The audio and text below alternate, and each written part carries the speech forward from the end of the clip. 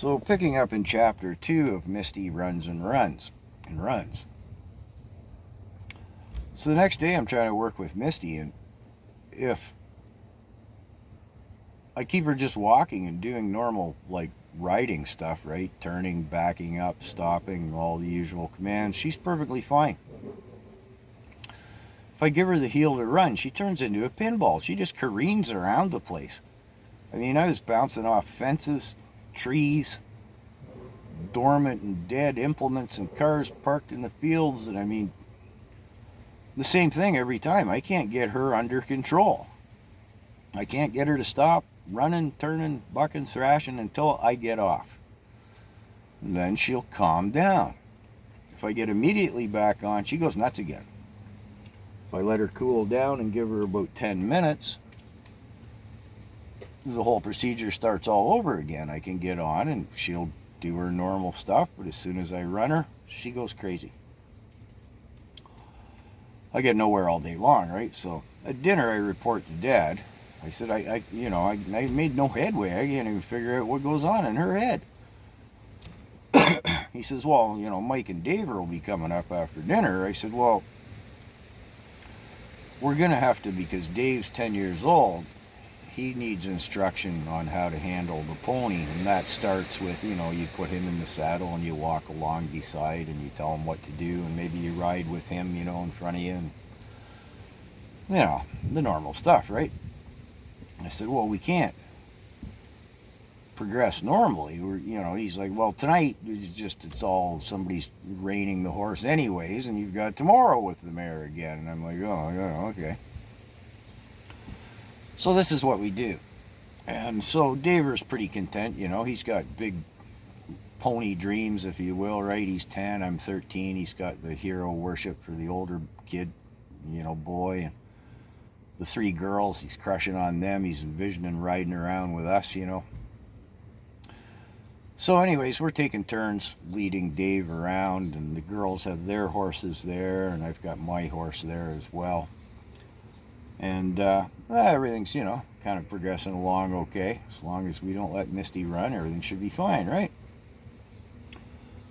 So Cindy's walking Misty with Dave in the saddle. Everything's looking pretty good. And Lori and Rhonda said, oh, well, let's just jump on our horses and go for a ride, right? It's a little dull watching Dave and this pony going around and stuff, right? Nobody's thinking about it. Lori jumps on Rocket. Rhonda jumps on her horse, Sky, and they race off. Misty goes nuts, despite the fact she's like 20 yards away, right? Cindy squeals in fright because Misty's trying to run. Like, not even after the other horses, she's just trying to run anywhere. Dave's clinging onto the saddle horn. I got there just in time. Latched onto Misty. I said, get Daver out of the saddle. I had a momentary pang of guilty of jealousy there. I was sweet on Cindy and it was unrequited. And I was envious of Daver as he leapt down into her arms. Cindy was quite attractive. Anyways, it's funny the things you think of and remember, but anyways, we get Misty settled down, same as always, right? Again, Misty and her gear are checked out. Dave, once again, what's wrong with my little pony? He is kind of tearing now, and the girls are fussing over him, and it's like, oh man, we hadn't realized. I thought it was just when she ran. It didn't occur to any of us she'd go nuts when the other horses ran, right? So the story goes on. I can't get anywhere with this mare. I can't make any headway at all. And I'm badgering Dad. Well, if you don't know, talk to your other horseman buddy. Somebody's got to know, because I don't know. You don't know. Dad starts bringing home different bridles, or bits, I mean. Change your bit. That was one of his first. Change your bit. I was like, change your bit? That's what goes in their mouth, right? What? You think that's what? Well, I got really good with the rivet gun. I was changing bits there. I was nailing them up on the wall inside the barn in the tack room as I was trying a different bit every day. It's not making any difference. I remember Cindy standing there counting at one point in time. She was like 16 different bits. I never knew there were so many different bits.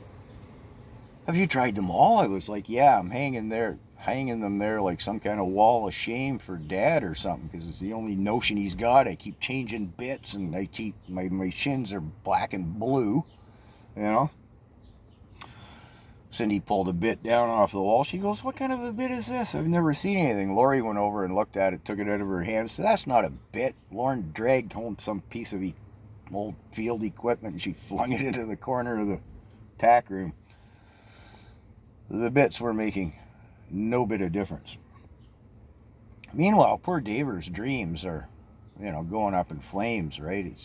He's not even coming up every night anymore because he's getting tired of being led around like he's in a dog and pony show at the fair or something. He'd envisioned, 16 bits plus later, the better part of a month has gone by, and he's not, his dream of riding around with us on his own pony is not going anywhere.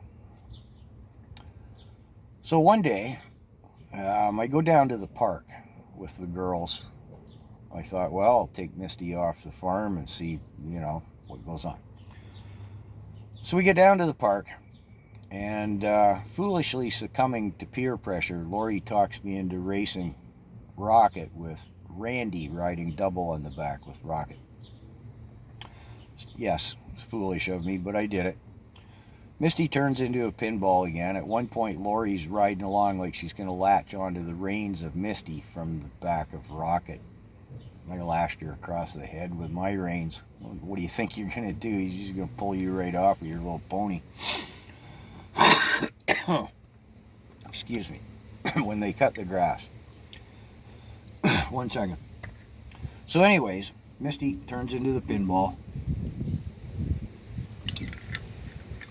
Barely avoid catastrophe at the bleachers and get inside the bleachers into the baseball diamond. And at one point, out of anger and desperation, she's aimed right at the back net, right? The great big, wire mesh net. I just, run into it head first and see what that does for you.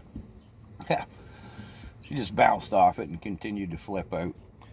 I could hardly get out of the baseball diamond, out through the bleachers, down, stumbled across the racetrack, a fair bit of a pitch down into the lake. I thought she was going to come off her feet.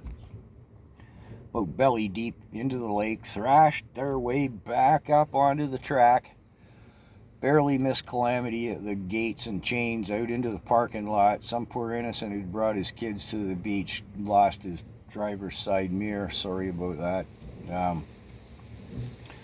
Misty just continues to go nuts. And at one point, I got her aimed where, 50 yards away from where the horses are parked, I'll say, at the picnic table under the shade tree in the corner of the park. Now, there's a 15-foot high chain link fence, runs like 100 yards. And towering behind it are ancient, 40-foot high cedar trees. It's a wall, right? So as Misty's spinning and fighting, and by now this time it was in the heat of the midday, we'd been out in the park. This had been a 10-minute battle, right? Both the mare and I are lathered up. So as she spins around once, I thought, okay, I'll just give you your head. You'll tear off towards where the horses are, right? Well, she did. I thought, oh, okay, because I was running out of steam. So about 4 strides out, I thought she'd stop. This thing's a 40-foot wall. I thought she'd stop herself. To my mortification, I realized she has no intention of stopping. And I've left it too late. So I just flung myself out of the saddle, but I was a little too late. The mare hit the fence at a dead gallop. The saddle horn hit me on my left thigh and spun me around. I still had a hold of the reins. And I hit the fence, and the mare had hit the fence, and we both slid down the fence together. Oof, Lori and Rhonda bounced to their feet. Lori's cursing me a blue streak. What's wrong with you? Did you not have any more sense than that? I'm limping over to the picnic table. I sit down beside Randy. I said, well, I thought the horse would have enough sense not to run into a 40-foot tall wall. Randy thought that was hilarious. Lori didn't think it was so much.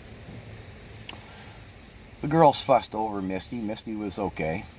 There's nobody on her back now, and she knocked herself about half cold, so they brushed her down, and some tepid water was brought from the water fountain, and Misty just went back to being her normal, semi-dull-witted self.